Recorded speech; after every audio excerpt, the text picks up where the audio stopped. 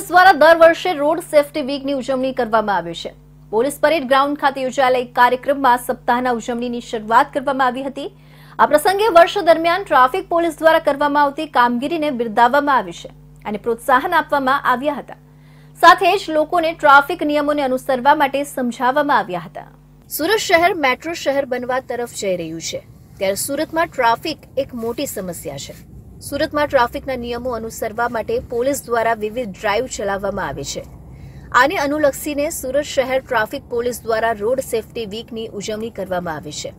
સુરતમાં road safety વીકની શરૂઆત કરાવતા પોલીસ કમિશનર અજય કુમાર તુમારે ટ્રાફિક પોલીસની કામગીરીને બિરદાવી હતી અને સાથે જ લોકોને ટ્રાફિકના નિયમોનું અનુસરણ કરવા માટે માર્ગદર્શન અને અપીલ કરી હતી।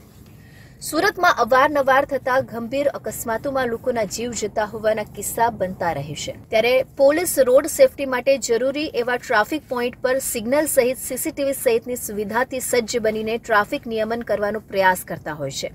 છતાં ઠેક ઠેકાણે ટ્રાફિક જામ સહિતની ગંભીર સમસ્યા રોજે રોજ ઊભી થાય છે અને સાથે ગંભીર અકસ્માતો પણ બનતા રહે છે, જે હાલ મેટ્રો સિટી બની રહેલા સુરત માટે ખૂબ જ ગંભીર બાબત કહી શકે છે।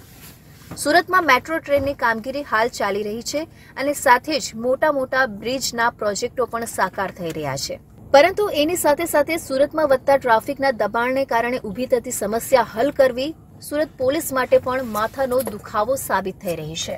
રોડ સેફટી મંથ 2024ના શુભારંભના આ કાર્યક્રમમાં આજે મોટી સંખ્યામાં શહેરના આગેવાનો, નાગરિકો, સ્કૂલના વિદ્યાર્થીઓ, પોલીસ મિત્રો, આરટીઓ વિભાગના અધિકારીઓ, બીજા વિભાગના અધિકારીઓ અને મોટી સંખ્યામાં મીડિયાના મિત્રો પણ હાજર રહ્યા।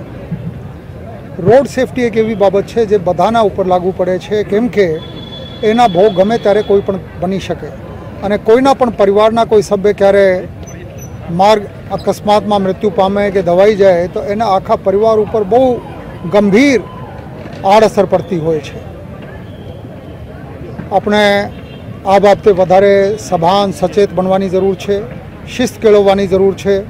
સુરત ટ્રાફિક પોલીસ લોકોમાં ટ્રાફિક સેન્સ વધે એવા હેતુથી ઘણા બધા કાર્યક્રમો કરવામાં આવે છે, પરંતુ આ અવેરનેસ પ્રોગ્રામ પછી પણ લોકો સુધરવાનું નામ નથી લેતા, જેને પગલે શહેરમાં અનેક ફ્લાયઓવર બ્રિજ સહિત ટ્રાફિક સિગ્નલ સહિતની સુવિધા પછી પણ ટ્રાફિક જ્યાંની ત્યાં સમસ્યા સર્જાય છે, જેને પગલે શહેરમાં અનેક ફ્લાયઓવર સહિત ટ્રાફિક સિગ્નલ સહિતની સુવિધા પછી પણ ટ્રાફિક જ્યાંની સમસ્યા સર્જાય છે, જેને લઈને લોકોના કલાકોના સમય વેડફાઈ જાય છે ને ઘણી વખત ઇમરજન્સી સેવારૂપી એમ્બ્યુલન્સને પણ આવા ટ્રાફિક જામનો ભોગ બનવું પડે છે।